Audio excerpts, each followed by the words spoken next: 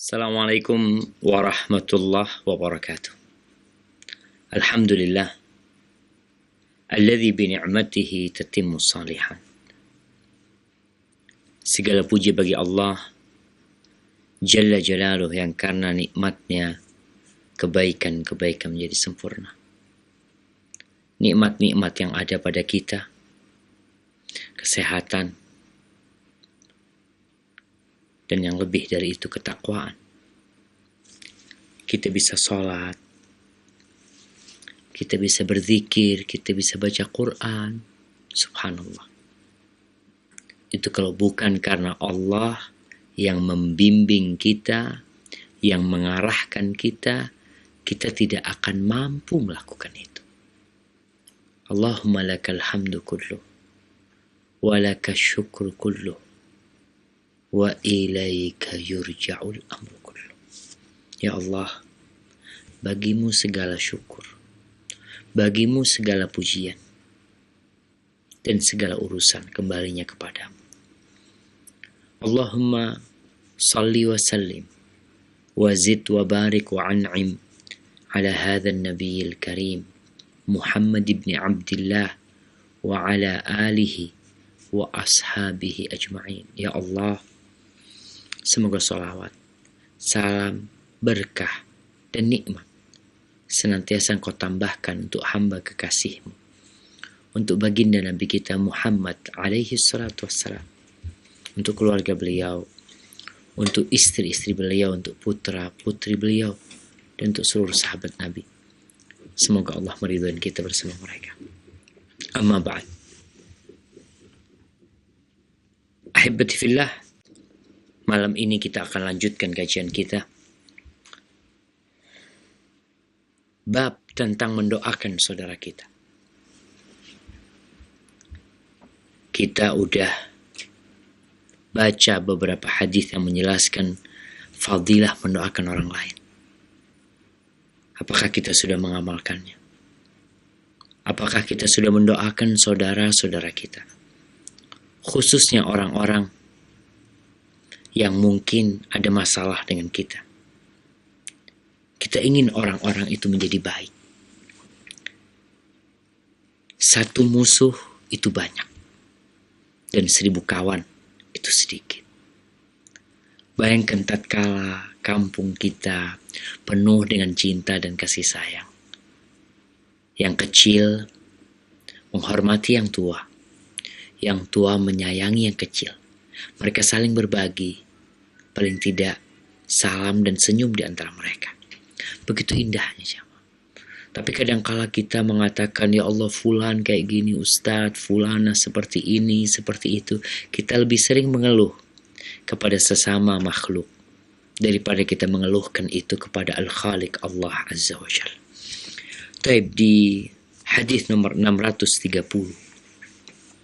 Al-Imam Bukhari mengatakan, haddatsana Umar ibn Hafs qala haddatsana Abi qala haddatsana Al-A'mash qala haddatsana Syaqiq قال كان عبد الله يكثر أن يدعو بهؤلاء الدعوات ربنا أصلح بيننا واهدنا سبيل الإسلام ونجنا من الظلمات إلى النور واصرف عنا الفواحش ما ظهر منها وما بطن وبارك لنا في أسماعنا وأبصارنا وقلوبنا وأزواجنا وذرياتنا وتب علينا إنك أنت التواب الرحيم واجعلنا شاكرين لنعمتك مثنين بها قائلين بها وأتممها علينا.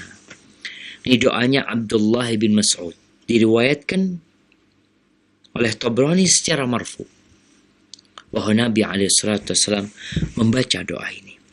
Ahibati fillah, kita lihat nih, ini doa sering dibaca oleh Abdullah bin Mas'ud. Jadi kalau bicara banyak kali, sering kali, maka kita pun hendaklah mencontoh.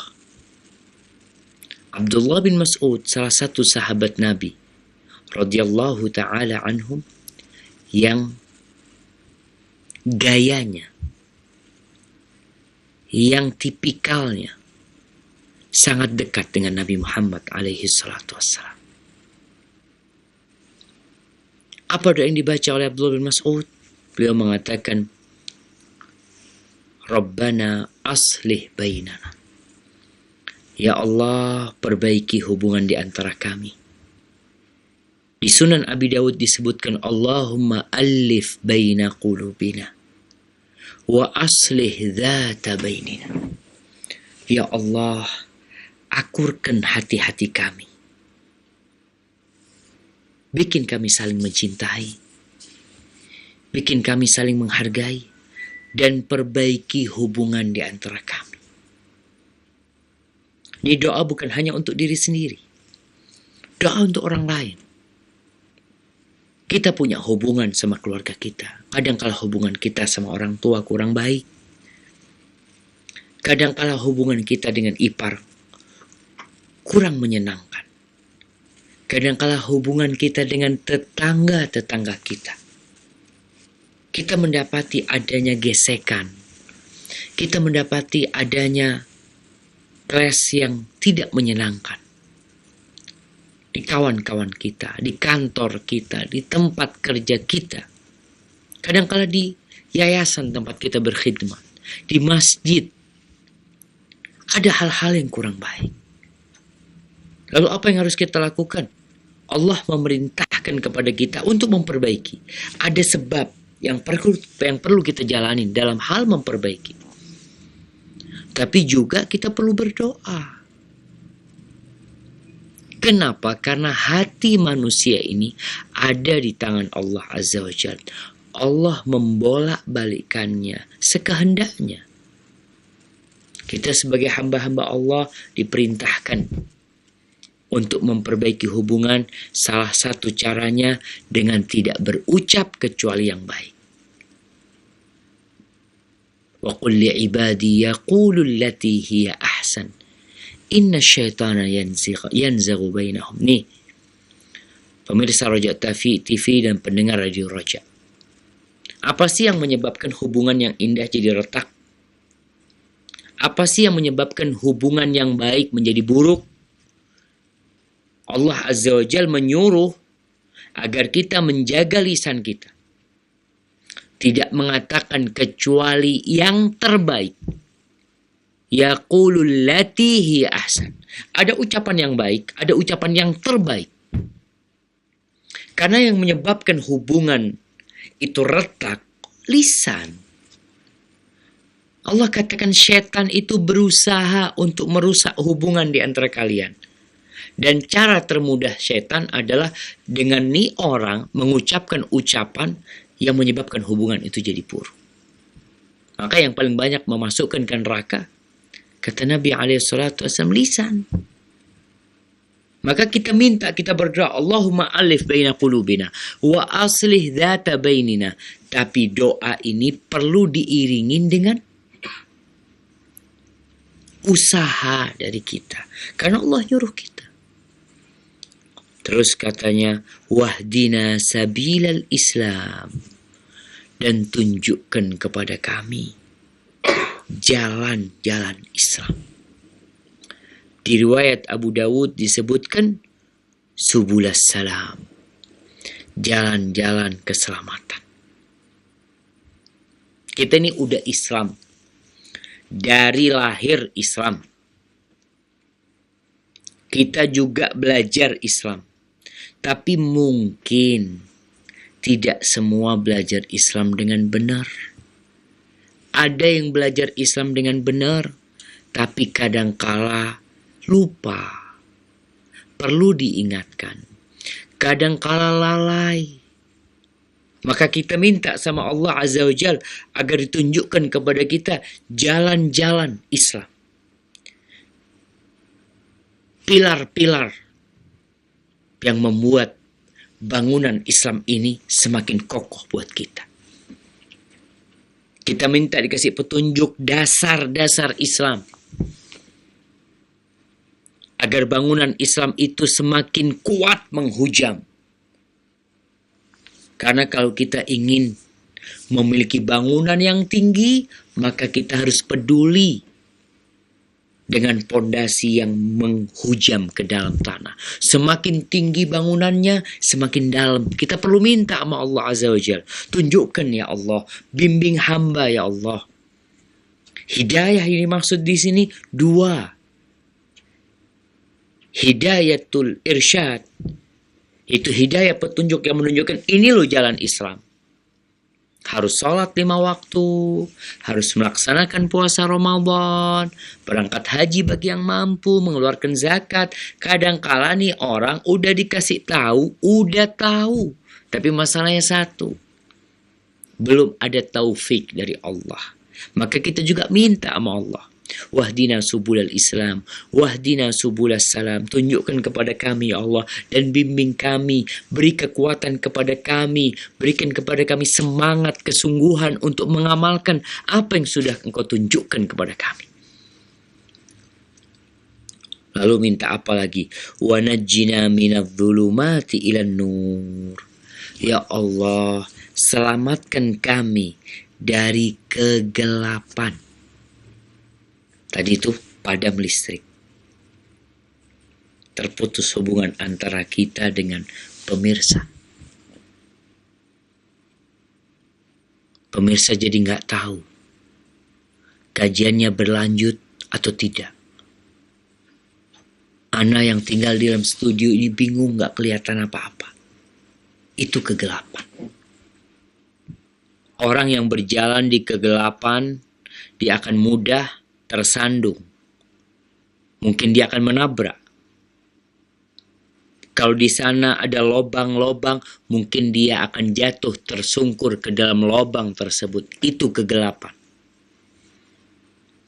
Maka kita minta kepada Allah Azza wa Jalla agar Allah menyelamatkan kita dari kegelapan kekufuran, kegelapan kesyirikan, kegelapan kefasikan, kegelapan kemaksiatan. Mereka yang melakukan kekufuran maka akan hidup dalam kegelapan. Batu dia sembah, kerbau diagungkan, sapi dipuja-puja.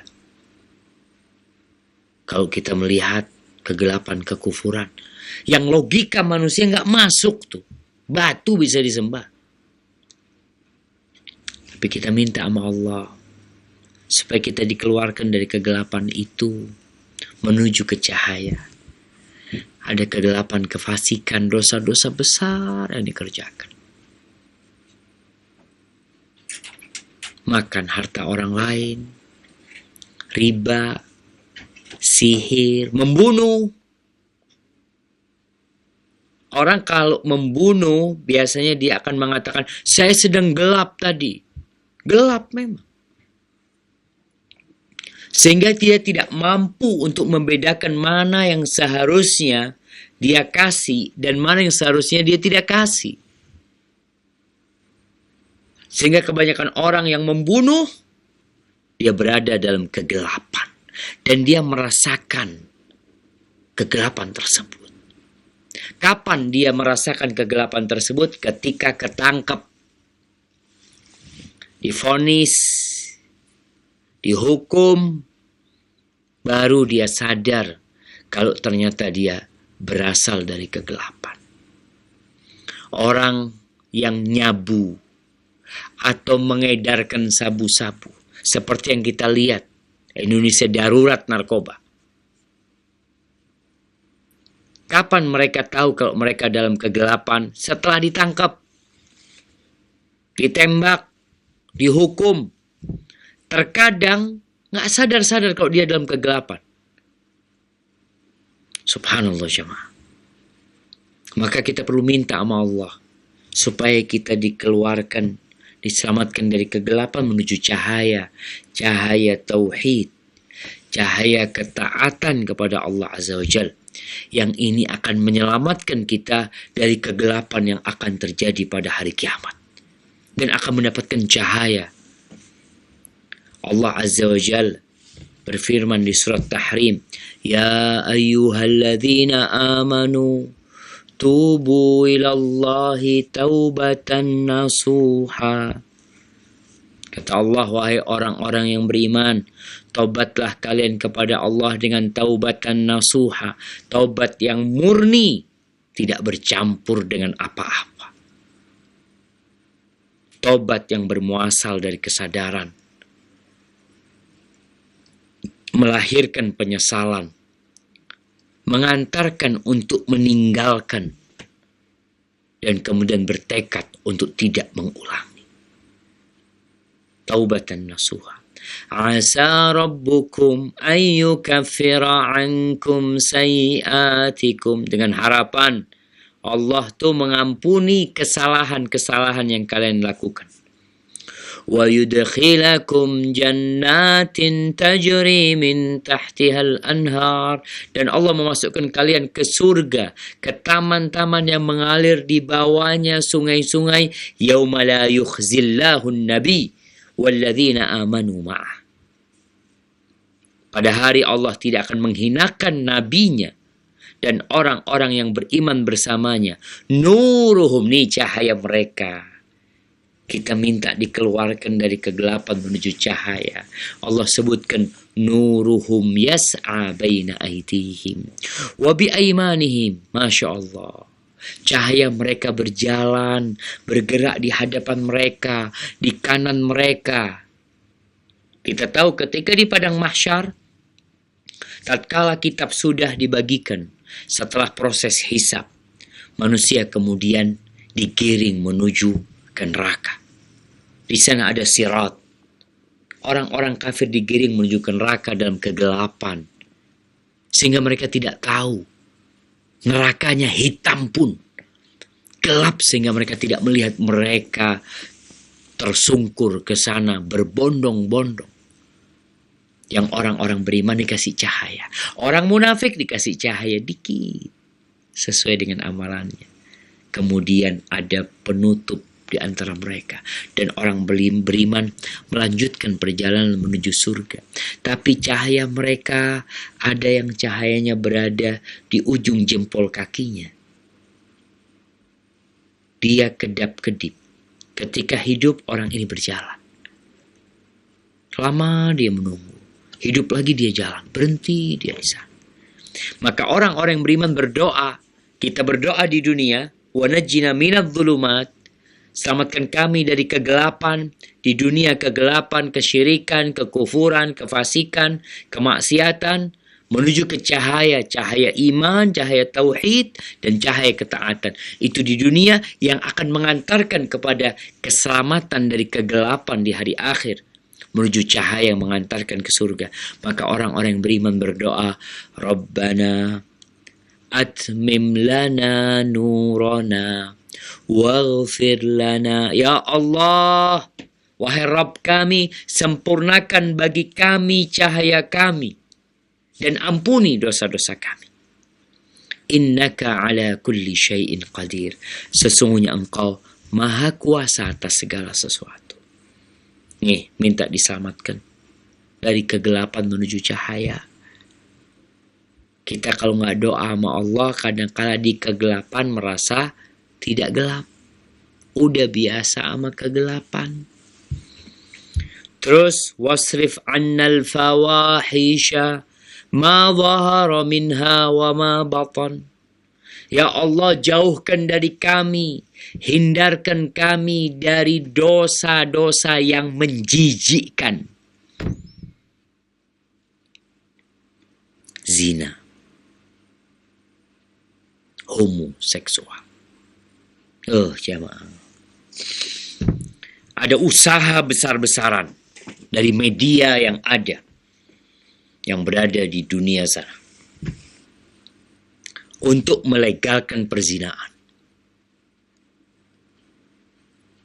Kemarin ramai urusan hari Valentine. Bagaimana pada hari itu penjualan kondom meningkat. Ada apa sebenarnya? kita berada di darurat seks bebas. Indonesia darurat seks bebas, ya. Menurut beberapa lembaga survei 62,7 atau kira-kira seperti itu, anak-anak muda pernah melakukan seks bebas. Kemana orang tuanya? Kemana bapaknya? Anak itu dibuang di sebuah kota, kuliah di sana, di tempat kos-kosan. Ngapain di sana? Allahu a'lam. Di beberapa kota, Ana bertemu dengan rektor atau ketua sekolah tinggi yang menceritakan itu anak-anak baru kuliah setengah tahun udah pada hamil, cuti mereka.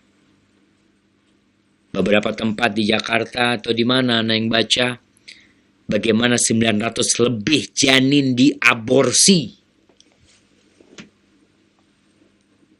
Kenapa itu terjadi? Ada pembiaran.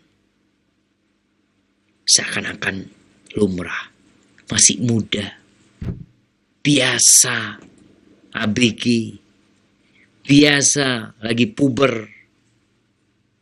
Nih doanya, wasrif anna, palingkan kami ya Allah dari perbuatan-perbuatan keji yang terang-terangan dan yang sembunyi-sembunyi. Bicara LGBT, na'udzubillah, mulai ada film-film yang akan menunjukkan kepada orang-orang bahwasanya LGBT sebuah kewajaran, penyakit dianggap wajar. Itu kalau bicara kegelapan. Bukan diobatin. Penyakit itu seharusnya diobatin. Seperti yang kita lihat nih. Orang-orang yang dikarantina. Kenapa dikarantina? Apakah lalu mengatakan, oh, manusia itu bebas, HAM, hak asasi manusia, kita bebas hidup dimanapun kita berada. Kita memiliki diri kita sendiri. Oh jangan, penyakit nih. Bahaya buat orang. Bahaya buat masyarakat. Kenapa Wuhan dikarantina? Yang di dalam gak boleh keluar. Kenapa tuh ada di sebuah kapal pesiar yang dikarantina di sana? Kenapa saudara-saudara kita kemarin dikarantina di Pulau Natuna? Kenapa? Mereka orang bebas. Iya, karena kita sadar itu penyakit. Tapi kalau bicara perzinaan, LGBT, sebagian orang tidak sadar itu penyakit. Sehingga rusak. Islam membolehkan pernikahan, nikah, sesuai dengan yang diatur oleh agama. Kita negara beragama. Ya. Jamaah rahimakumullah. Maka nasihat ana nih, baca doa ini banyak-banyak. Supaya kita, anak keturunan kita, semua dijauhkan dari itu. Perbuatan-perbuatan keji yang nyata dan yang sembunyi-sembunyi. Udah cukup doanya? Belum. Ibnu Mas'ud mengatakan, wa barik lana fi asma'ina wa absarina wa qulubina wa azwajina wa dhurriyyatina. Ya Allah, minta berkah ya Allah. Berkahi kami. Barokah itu artinya sesuatu yang baik, yang netap dan tumbuh berkembang.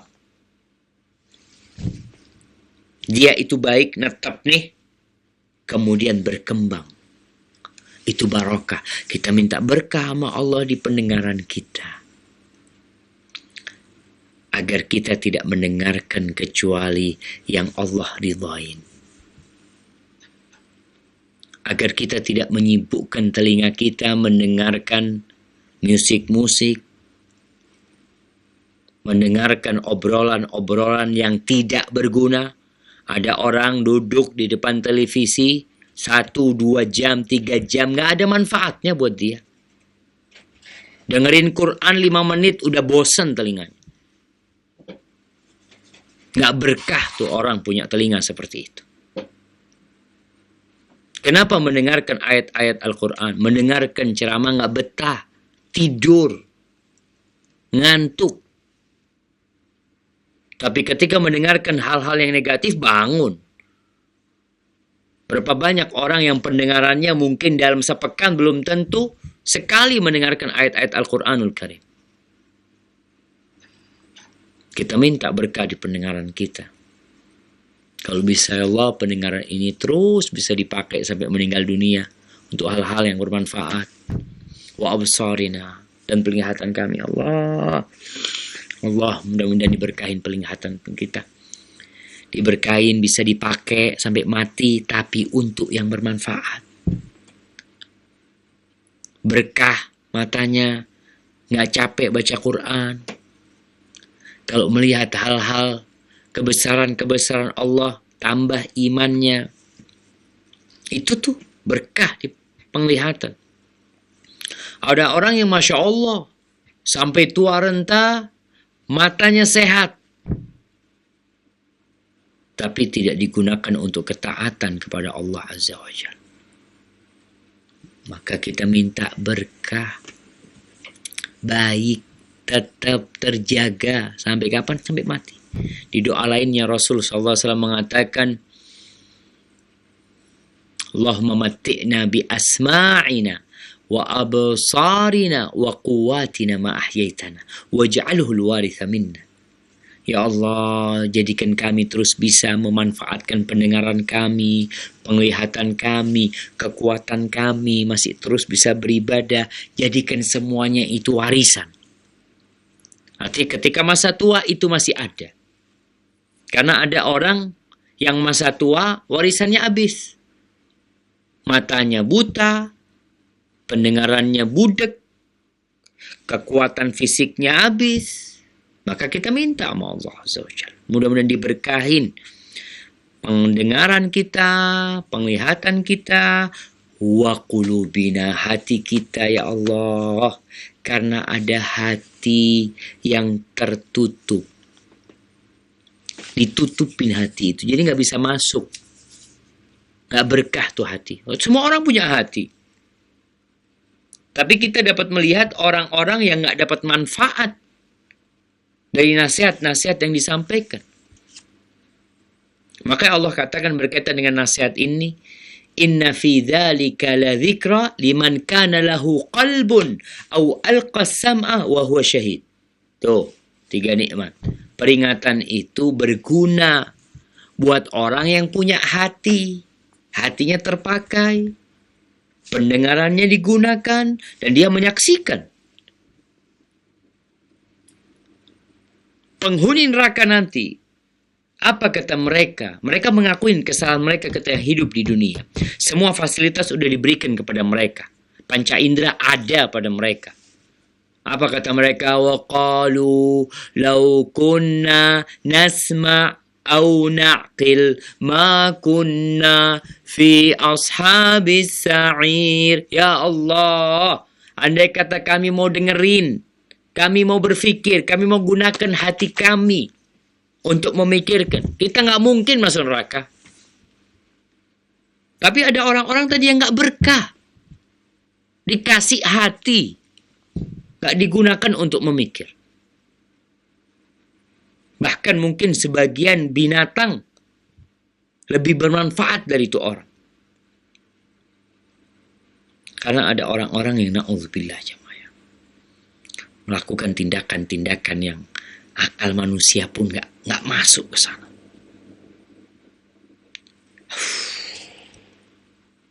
Baru aja ana baca ada tukang kebun di sebuah sekolahan yang melakukan sodomi kepada siswa sebanyak 46 kali atau berapa kali. Kupingnya nggak manfaat, matanya nggak manfaat, hatinya nggak manfaat. Maka kita minta berkah di hati kita. Supaya nggak ketutup, supaya nggak kebalik. Ada hati yang kebalik. Mankus atau maklub. Markus. Hati kebalik. Hatinya siapa? Hatinya orang munafik. Udah tahu dia tolak. Dia beriman, kemudian dia kafir. Maka jangan sampai kita seperti orang-orang munafikin. Diajarin ngaji sejak kecil, pondok, Masya Allah, kuliah, akhirnya menolak semua ajaran Islam. Kebalik dia. Ini hati-hati orang yang Islamfobia. Yang ketakutan dengan Islam seperti ketakutannya orang-orang munafikin terhadap Islam. Kebalik. Padahal tahu. Na'udzubillah min dzalik. Kemudian kita minta berkah agar hati kita ya tidak banyak dosa, bersih dari dosa-dosa itu. Kalau dikasih nasihat, faham, diamalin. Tuh, hati yang berkah. Minta Allahumma barik lana fi asma'ina wa absarina wa qulubina wa azwajina. Ini doa buat orang lain. Buat pasangan-pasangan kami. Kalau yang baca laki-laki, ya buat istri-istrinya. Kalau baca perempuan, buat suaminya. Wa azwajina, ya Allah, pasangan kami, Allah, kasih berkah juga. Karena ada pasangan hidup yang jadi bala. Sholat enggak. Kerjanya marah-marah. Ada pasangan hidup yang tidak mengajak suaminya kepada kebaikan. Kita bicara berkah tetap terjaga, banyak manfaatnya. Ada pasangan hidup yang seperti lintah. Bikin pasangan hidup, pasangannya kurus, disedot tuh darahnya. Ini nggak berkah. Nabi SAW ajarkan sebuah doa, dan doa yang diriwayatkan doanya Nabi Daud alaihissalam. Allahumma inni a'udzubika min zaujin tushayyibuni qabla al-mashi. Ya Allah, aku berlindung kepadamu dari istri yang bikin rambutku beruban sebelum waktunya. Rambutnya beruban sebelum waktunya. Itu nggak berkah. Gimana kita punya istri yang bikin beruban? Orang mau bahagia menikah, tahu-tahu dapat 3 bulan, dapat setahun, 2 tahun, rambutnya udah putih semua. Ada apa? Oh, ini hormon. Kalau hormon sejak sebelum menikah. Tapi kalau gara-gara menikah, bisa jadi karena istrinya. Karena pasangan hidupnya. Dan di surat Al-Furqan ayat 74, Allah menyebutkan tuh doanya orang-orang soleh. Rabbana hablana min azwajina wa dhurriyyatina qurrata a'yun waj'alna lil muttaqina imama. Ya Allah, karuniakan wahai Rabb kami kepada kami dari pasangan-pasangan kami dan anak-anak keturunan kami. Karena doanya Ibnu Mas'ud, wa azwajina wa dzurriyyat, berikan berkah kepada anak-anak kami. Karuniakan kepada kami, kepada keluarga kami, anak-anak kami, qurrata a'yun, kebahagiaan, penyejuk pandangan. Seneng kalau melihat mereka, bahagia melihat keluarga. Ada suami-suami mungkin yang gak ingin pulang ke rumahnya. Sampai rumah, ya Allah, ribut lagi sama istri, tanya ini, tanya itu. Ada istri-istri yang seperti detektif atau penyidik Polda Metro Jaya. Kalau nyidik mereka sampai 13 jam kasih pertanyaan. Ada istri yang kayak gitu. Suami pulang kerja tanyain ini, tanya. Belum duduk. Bukan ditanyain mau apa, kepingin apa bang, tuh semua udah siap. Buka meja makan bang, fadol. Semua siap nih, abang mau minum apa? Jus, tawarin, Masya Allah. Ada istri-istri yang berkah, yang bikin suami betah. Jadi para istri pun harus tahu diri. Kalau ngelihat suami suka keluar Ustaz, mungkin gak betah di rumah. Atau memang suaminya gak bener, gak berkah tuh pasangan hidupmu. Tapi kita paling gak berusaha untuk membuat berkah itu hadir di rumah kita. Menjadikan baiti jannati wa dzurriyyatina, berkahi anak keturunan kami. Kenapa? Karena ada anak-anak keturunan yang bukan membuat orang tuanya bahagia. Orang tua ingin punya anak. Bayangkan bagaimana orang tua ada yang berangkat ke dokter, ada yang minum ini, minum itu karena ingin punya keturunan, doa nggak berhenti-berhenti, punya anak nggak berkah. Gimana anak yang nggak berkah? Yang tidak berbakti sama orang tuanya. Seharusnya anak itu menjadi sumber kebahagiaan. Tapi ini anak jadi sumber petaka, sengsara, doa minta sama Allah. Ibnu Mas'ud doa nih sahabat, supaya diberkahin di keluarganya, di anak keturunannya. Dan Nabi SAW berdoa, Allahumma inni a'udzubika min waladin yakunu alayya rabban. Min waladin, na'am, yakunu alayya rabban. Dari anak yang jadi penguasa atas orang tuanya. Anaknya malah ngatur orang tuanya. Bukannya diatur sama orang tua, dia malah yang marah-marah sama orang tuanya. Gak nurut, gak berbakti. Maka kita minta sama Allah agar diberkahin keluarga kita, anak keturunan kita. Wa tub alaina. Kemudian ya Allah, kami banyak dosanya ya Allah. Kami kerjanya minta terus sama Engkau ya Allah. Memohon bantuan kepadamu ya Allah. Memohon segalanya kepada kamu. Tapi kami banyak dosa ya Allah. Malu kita ini mau minta, tapi disuruh minta. Dosa terus dikerjain, ya udah doa minta ditobat. Minta diterima tobatnya. Dibimbing agar mau bertobat, agar segera tobat. Karena ada orang-orang niat tobat. Kapan niatnya? Nanti. Nanti insya Allah. Siapa yang jamin dia hidup sampai nanti? Kemudian nanti lagi sampai tua nggak tobat-tobat. Maka minta wa tub alaina. Innaka antat tawwabur rahim ya Allah. Siapa yang bisa membimbing kita untuk bertobat kalau bukan Engkau? Engkau lah yang maha menerima tobat. Engkau yang maha membimbing orang untuk bertobat. Engkau yang maha pengasih ya Allah. Subhanallah jamaah. Ketika semua pintu tertutup.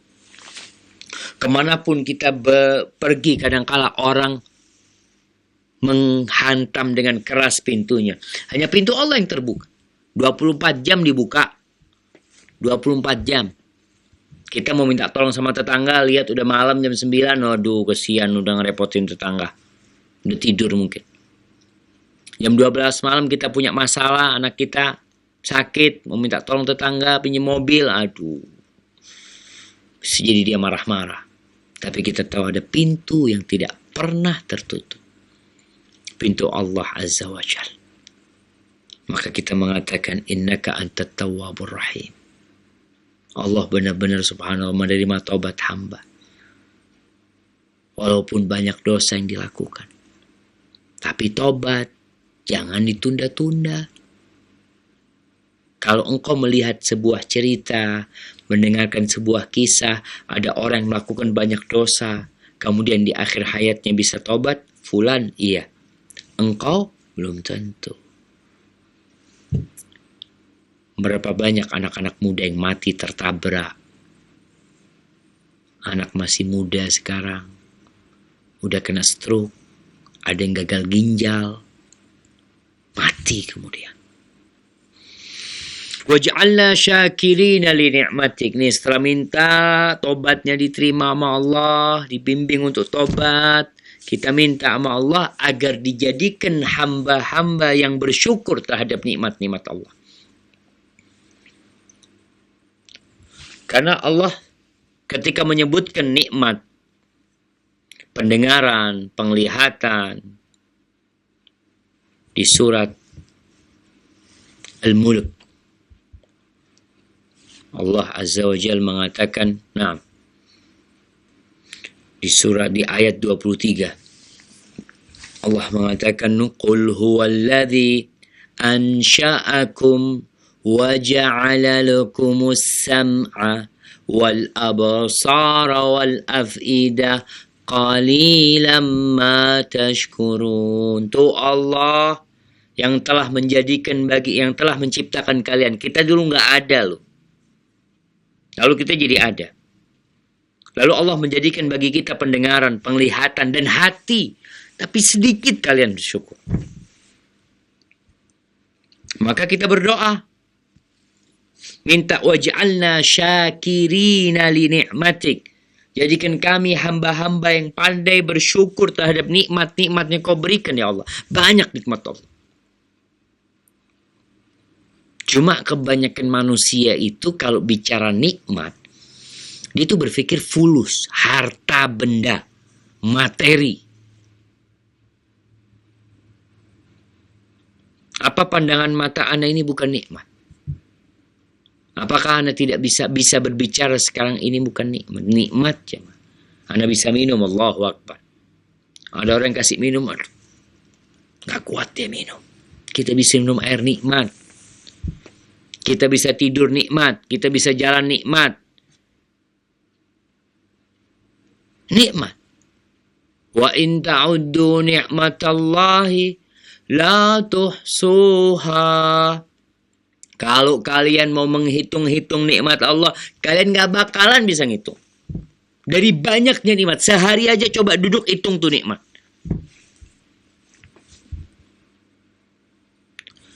Kita minta waj'alna syakirin li'atik. Muthnina biha qailina biha. Yang senantiasa memujamu dengan nikmat-nikmat itu. Berucap dengan lisan. Alhamdulillah. Allah mengatakan wa amma bi ni'mati rabbika fahaddits. Dengan nikmat yang Allah berikan kepadamu, ceritakan, sampaikan kepada orang. Sampaikan.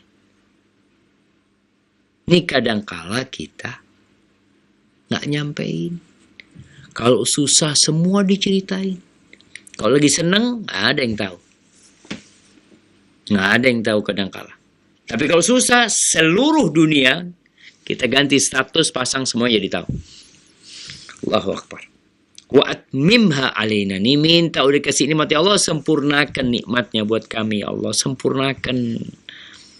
Karena ada nikmat gara-gara nggak disyukurin hilang, pergi. Ini doa jamaah tolong dibaca, dihayatin. Ingat kalau baca doa hendaklah penuh dengan keyakinan. Jangan lalai.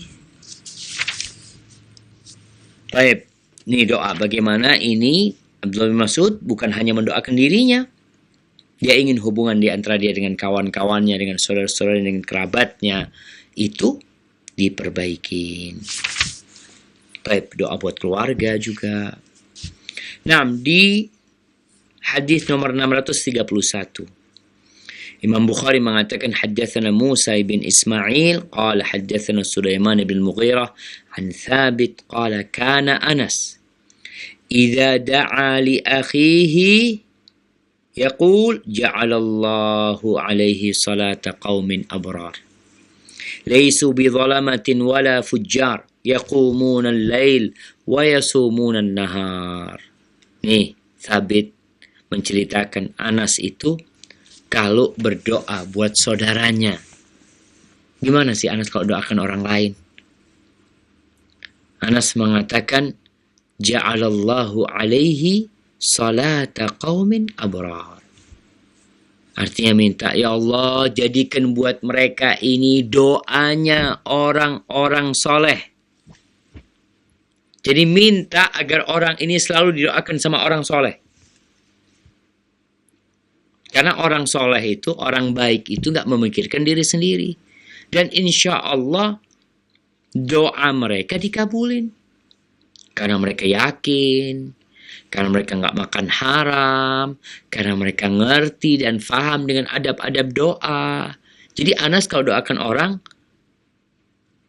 beliau mengatakan, Ja'alallahu alaihi salata qaumin abrar. Laisu bi zalamatin wala fujjar.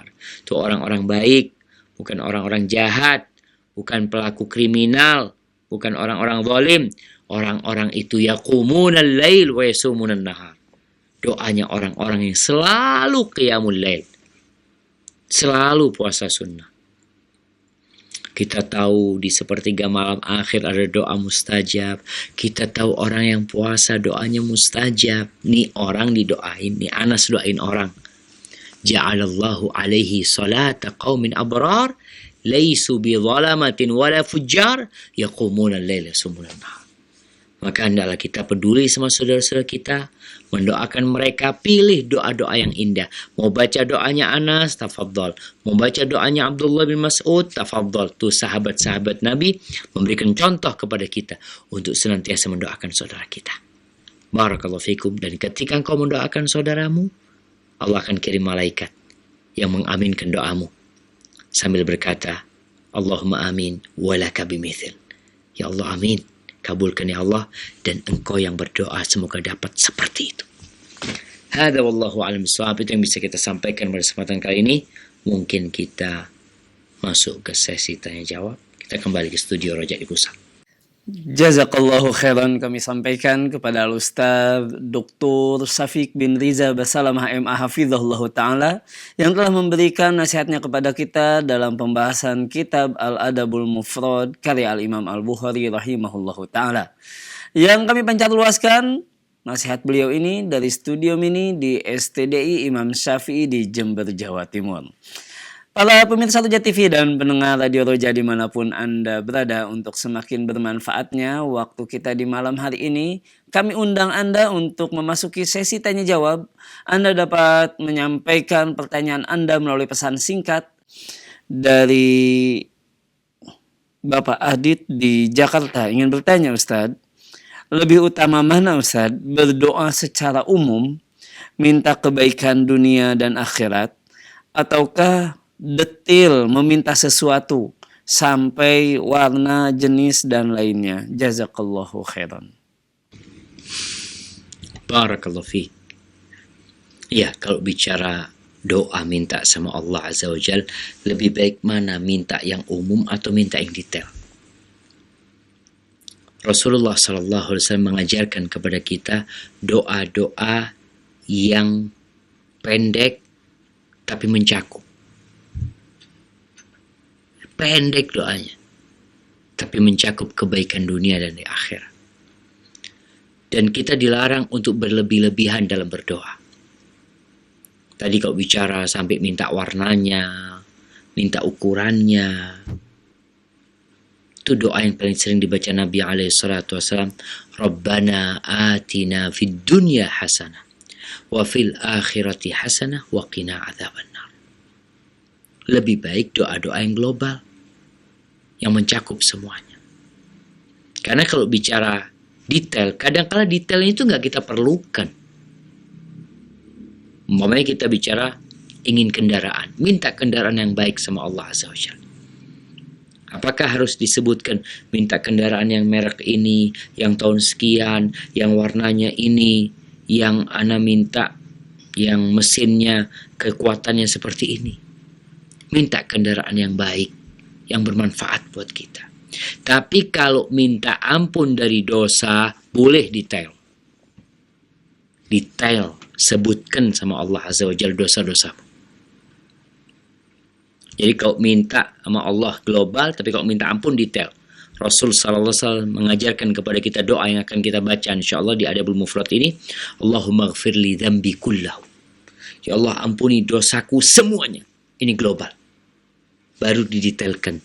Diqahu diqahu wa jullahu. Yang kecil-kecil dan yang besar. Alaniyatahu wa sirrahu.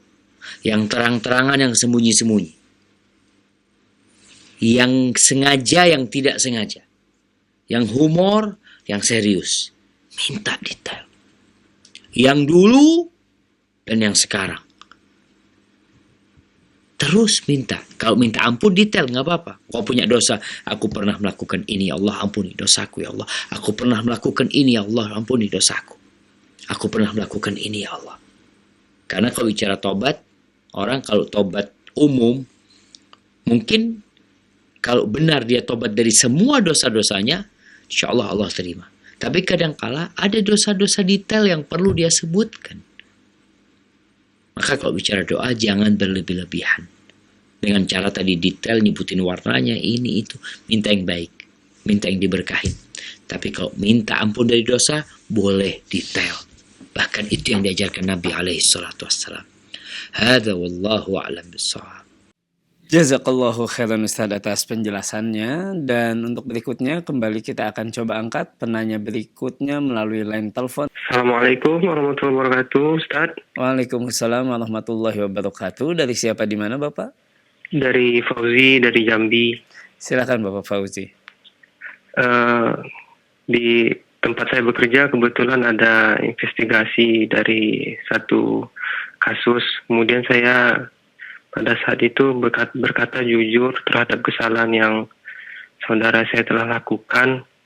Akan tetapi saya merasa sangat berdosa dan merasa bersalah karena itu terkait dengan pekerjaan teman tersebut. Akan tapi sesuai dengan apa yang terjadi pada saat itu, apakah saya berdosa telah menceritakan kejadian kesalahan teman saya yang sebenarnya, dan seperti apa, perlukah saya minta maaf kepada teman saya yang telah saya sampaikan kesalahan dia tersebut, karena waktu itu saya ditanya oleh atasan apa yang sebenarnya terjadi dan saya mengungkapkan hal yang sebenarnya.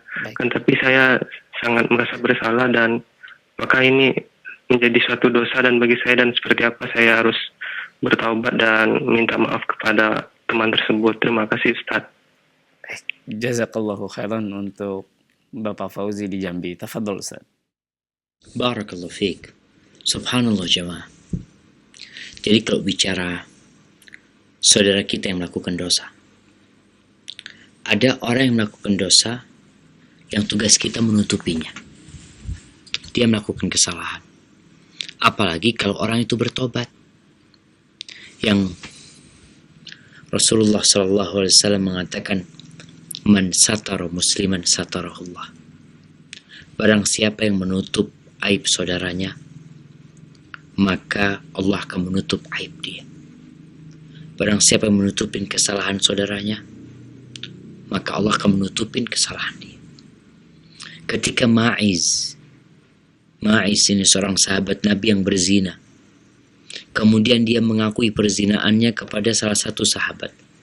Lalu sama sahabat dibawa untuk menjumpai Nabi SAW. Apa yang Nabi katakan kepada orang ini setelah diberikan hukuman kepada Ma'iz? Mengatakan, halla satartahu bi izarika. Kenapa engkau tidak tutupin kesalahan dia dengan sarungmu? Tutupin. Namun ada perkara-perkara yang mungkin kita menjadi saksi, yang kita diminta untuk menjelaskan agar tidak ada tuduhan kepada orang yang benar. Ada orang benar dituduh salah, maka diperlukan saksi. Ada orang salah malah bebas dari tuduhan, dari hukuman. Padahal kita tahu, maka kita tidak boleh menyembunyikan pada waktu itu. Tapi kalau berupa kesalahan yang saudara kita bisa memperbaikinya, maka tatkala itu, ya pertama kita nggak boleh bohong kalau ditanya. Kalau memang atasan kita menanyakan karena memang kesalahan fulan ini berbahaya untuk perusahaan, ya, atau tadi bicara ada pekerjaan dan kita dimintain keterangan, maka semoga itu nggak masalah dalam masalah seperti ini.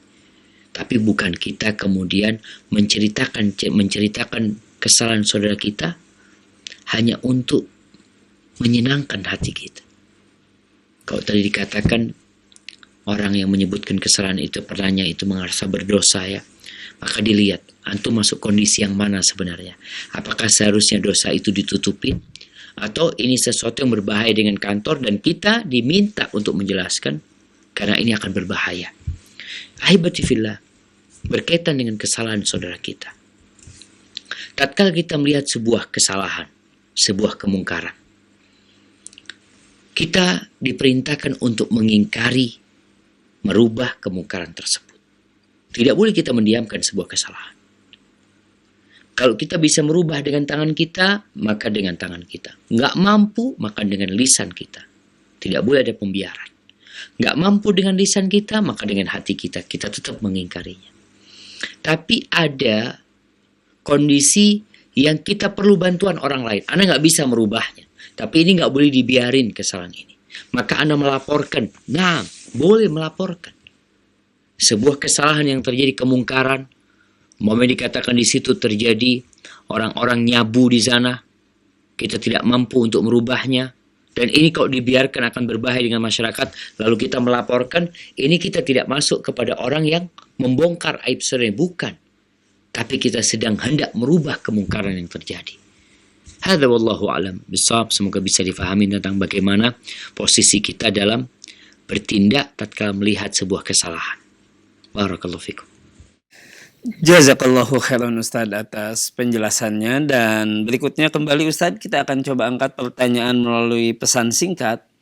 Dan di antara pertanyaan banyak yang bertanya, di antaranya Bapak Supriyanto di Kalimantan Barat, juga hamba Allah di Bandung, ingin bertanya terkait dengan mengaminkan doa Ustadz.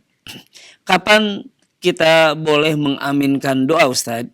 Karena kita seringkali menghadiri di sebuah tempat yang dibacakan doa dan kita mendengarkan doa tersebut. Apakah boleh mengaminkan doa ini dan kapan tidak bolehnya Ustaz? Mohon penjelaskan.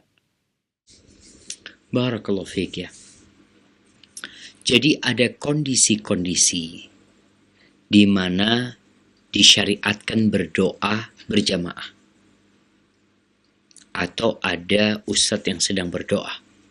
Posisi kita mengaminkan doa tersebut nggak masalah. Rasulullah SAW setelah perang Uhud, beliau mengatakan kepada para sahabatnya, "Qumu min khalfi, kalian semua bangun, bangkit dari belakangku.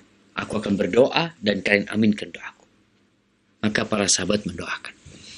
Jadi tatkala pada acara-acara tertentu yang memang acara tersebut dianjurkan untuk berdoa, maka kita aminkan doa tersebut. Apalagi doa itu doa yang baik. Jadi tatkala permohonannya memohon kepada Allah dengan permohonan yang baik, maka kita mengaminkan. Tapi kalau ternyata doanya tidak sesuai dengan syariat, kemudian juga ritualnya tidak sesuai dengan yang diajarkan oleh Nabi SAW, maka tugas kita ya, kalau kita mau berdoa, doa sendiri. Kalau kita bisa meninggalkan tempat tersebut, kita meninggalkan. Dan kalau doa itu kita lihat baik dan memang bermanfaat dan sesuai dengan sunnah dan tidak menyelisihi syariat, maka kita aminkan. Hadza wallahu a'lam bissawab. Nah. Jazakallahu khairan Ustaz atas penjelasannya, dan masih tersedia kurang lebih 10 menit waktu kita di sesi tanya jawab ini. Kita kembali akan coba angkat pertanyaan melalui line telepon. Kami persilahkan. Iya. Assalamualaikum warahmatullahi wabarakatuh. Waalaikumsalam warahmatullahi wabarakatuh. Dari siapa, di mana Bapak? Dari Pak Sunaji di Tanggul, Jember. Baik, silakan Bapak.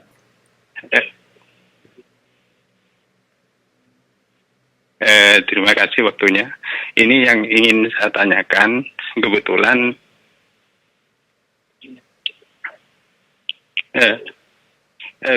saya ini punya hobi pelihara ikan.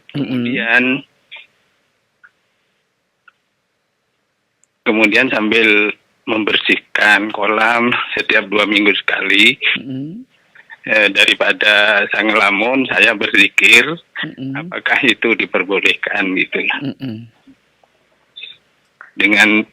Dengan zikir yang ini sering disampaikan oleh Ustadz Syafiq, yang subhanallah walhamdulillah wala ilaha illallah wallahu akbar.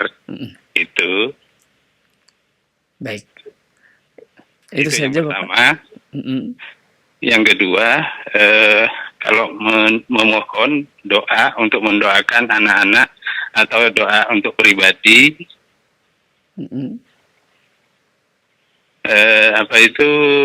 di saat sholat wajib maupun sholat sunnah, itu apakah sebaiknya dibaca dengan dalam hati atau sambil diucapkan pelan dengan gerakan bibir gitu.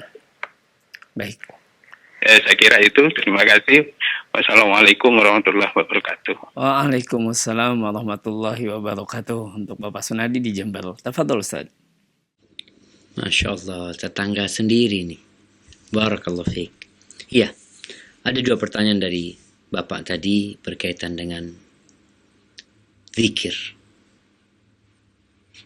Apakah ketika kita beraktivitas, kalau tadi dikatakan sambil bersihin kolam ikannya, dia bersih-bersih, lisannya terus berzikir, apakah diperbolehkan berzikir di sana? Yang pertama, selama berada di tempat yang tidak terlarang berzikir di sana. Kita nggak boleh berzikir di kamar mandi umpamanya. Selama tempatnya itu bukan tempat terlarang, silahkan. Allah Azza wa Jalla menyebutkan tentang orang-orang yang berakal sehat, yang cerdas, yang IQ-nya tinggi. Kata Allah di surah Ali Imran ayat 191, alladzina yadhkuruna Allah qiyaman wa qu'udan wa ala junubihim. Mereka adalah orang-orang yang senantiasa berzikir kepada Allah dalam kondisi mereka berdiri, dalam kondisi mereka duduk, dalam kondisi mereka rebahan pun, tiduran pun berzikir. Jadi ketika seorang beraktivitas, dia mungkin nyapu, dia mungkin gosok kolamnya, terus dia senantiasa mengatakan subhanallah walhamdulillah wa la ilaha illallah wallahu akbar. Atau dia baca la ilaha illa anta subhanaka inni kuntu minadh dhalimin. Itu adalah sikap yang indah dan itu disyariatkan. Wa yatafakkaruna fi khalqis samawati wal ard. Dan ini yang perlu ditambahkan. Bertafakkur sambil berzikir, mengingat ngelihat ikan, ya Allah indahnya ini ikan. Kok bisa ikan itu berbeda-beda warnanya? Ibunya satu, bapaknya satu, tapi anaknya berwarna-warni. Subhanallah. Ma khalaqta hadha batilan subhanak. Rabbana ma khalaqta hadha batilan subhanaka faqina adzaban nar. Itu yang seharusnya seorang muslim dalam beraktivitas. Yang nyapu, yang mungkin di pabrik, ada yang kerja di pabrik mungkin motong-motong sesuatu, dia serius, dia diem saja, kesempatan untuk berzikir ada buat dia, maka berzikir. Tapi ingat, hendaklah ketika seorang berzikir, bukan hanya lisan yang bergerak, tapi hatinya ikut mengingat apa yang diucapkan dengan lisannya. Barakallahu fikum. Adapun pertanyaan kedua berkaitan dengan doa ketika sholat wajib atau fardu. Apakah doa buat anak kita, buat diri kita sendiri, doa itu dilafalkan sehingga ada suara, atau doa itu di dalam hati? Kalau kita melihat Rasulullah SAW ketika berdoa, beliau mengeluarkannya. Karena kalau yang terbetik di hati, ia belum menjadi permohonan. Maka Allah mengatakan, Ud'uni astajib lakum. Ud'uni, mintalah kepada aku. Maka ad-da'wah itu, yang disebut doa, itu dengan suara. Panggilan dengan suara atau isyarat dari kita. Itu baru disebut doa. Jadi kalau nggak ada suara, tidak disebut panggilan. Sedangkan kita disuruh manggil Allah Azza wa Jalla, bermunajat. Tapi tidak dengan teriak-teriak. Dengan suara yang lirih. Ud'u rabbakum tadarruan wa khufya. Suara yang lirih dengan penuh penghambaan. Jadi ketika berdoa dalam sholat pun seperti itu. Ketika dalam sujud, termasuk waktu yang mustajab, kita minta sama Allah Azza wa Jalla buat anak-anak kita, umpamanya. Baca dan dengar dengan telinga kita. Ketika di akhir sholat, sebelum salam, dianjurkan berdoa. Nabi SAW berdoa. Mengatakan Allahumma, artinya sesuatu yang diucapkan nama beliau. Inni a'udzubika min adzabil qabr wa min adzabi jahannam. Dan minta untuk keluarga kita pun dibaca. Hanya memang terjadi perselisihan di antara para ulama tentang bolehkah berdoa dengan selain doa yang diajarkan oleh Nabi SAW. Berdoa. Bacaan sholat nggak boleh dirubah, nggak boleh diganti dengan bahasa lain. Tapi kalau doa permohonan, boleh nggak dengan bahasa lain? Insya Allah pendapat yang lebih ana pilih, yang lebih kuat adalah kalau bicara doa dengan bahasa lain, maka doa itu bukan merubah bacaan Quran, bacaan sholat dengan bahasa lain. Insya Allah nggak ada masalah kalau memang orang tersebut tidak mampu berdoa dengan bahasa Arab, khususnya doa-doa yang diajarkan oleh Allah dan Rasulnya.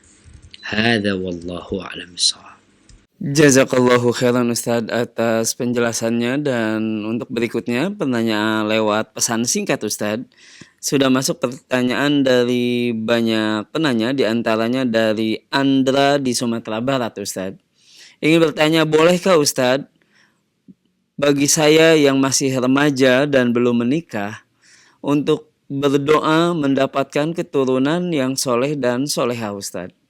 Mohon penjelasannya. Masya Allah. Nah, subhanallah jemaah. Ini pertanyaan yang menarik nih. Orang belum nikah, masih remaja, boleh nggak minta keturunan yang soleh? Boleh. Karena tatkala kita berdoa minta umpamanya doa yang dibaca tuh di surah Al-Furqan ayat 74, boleh nggak orang belum nikah membaca Rabbana hablana min azwajina wa dzurriyyatina qurrata ayun? Atau doanya Nabi Ibrahim, Rabbi habli minas solihin, boleh. Artinya ketika antum posisinya belum menikah, maka doa itu mengandung unsur permohonan agar menikah. Karena nggak mungkin antum punya anak tanpa menikah. Maka silahkan meminta. Terus mohon sama Allah Azza wa Jalla agar diberi keturunan yang soleh, pasangan hidup yang baik ya. Jadi bukan berarti doa itu hanya khusus untuk orang yang menikah.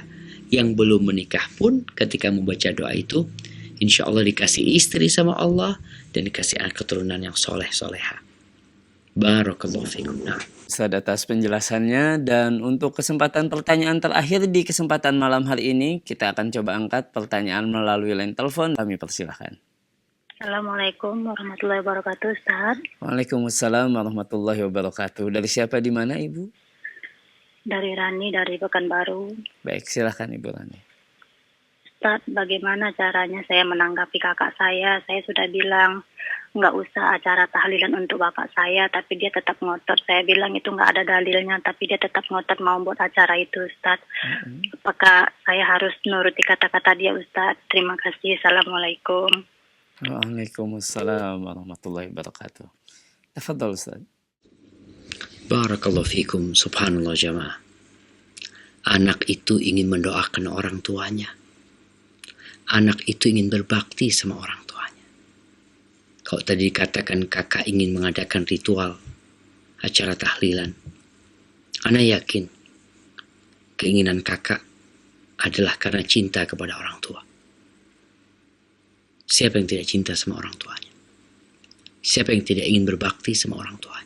Apalagi orang tua sudah meninggal dunia. Hanya saja kita tahu Rasulullah SAW tidak pernah meminta yang seperti itu. Dan belum pernah beliau mengadakan yang seperti itu. Abu Bakar juga seperti itu. Umar juga seperti itu. Uthman bin Affan. Ketika Fatimah meninggal dunia, Ali bin Abi Thalib tidak mengadakan ritual tersebut.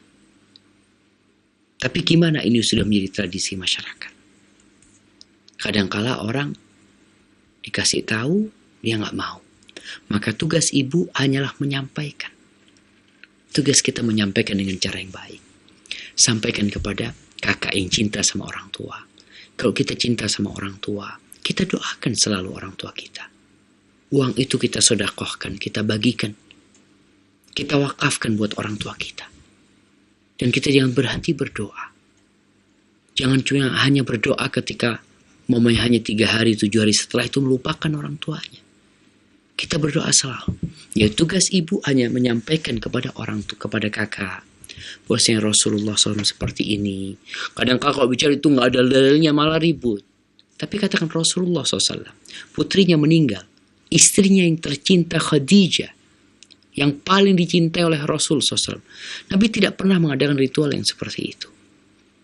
Maka tugas kita dalam beragama, ikutin Nabi SAW. Selamat kita. Oh, ada yang mengatakan boleh, ada yang mengatakan tidak boleh. Saya memilih yang boleh. Kata Nabi SAW, barang siapa yang hidup setelah aku mati, dia akan mendapatkan banyak perselisihan. Orang berbeda pendapat. Fulan juga ada ustadznya, fulan juga ada ustadznya. Ana ikut yang mana ustadz? Kata Nabi SAW, fa'alaikum bisunnati. Jangan ribut. Kembali ke sunnahku. Amalkan sunnahku. Gak perlu kalian ribut. Ini yang kadang-kala kita akhirnya kontraproduktif. Keributan yang tidak produktif. Padahal Nabi SAW udah ngasih tahu nih sunnahku. Maka berusaha untuk mengikuti sunnah Nabi SAW sambil didoakan kakaknya, sambil didoakan keluarga kita yang mungkin belum faham, belum ngerti. Dulu kita juga nggak ngerti seperti itu. Barakallahu fikum. Itu yang bisa Ana sampaikan. Semoga senantiasa dijaga oleh Allah Azza wa Jal. Sampai berjumpa kembali. Semoga senantiasa dalam lindungan ilahi. Wassalamualaikum warahmatullahi wabarakatuh.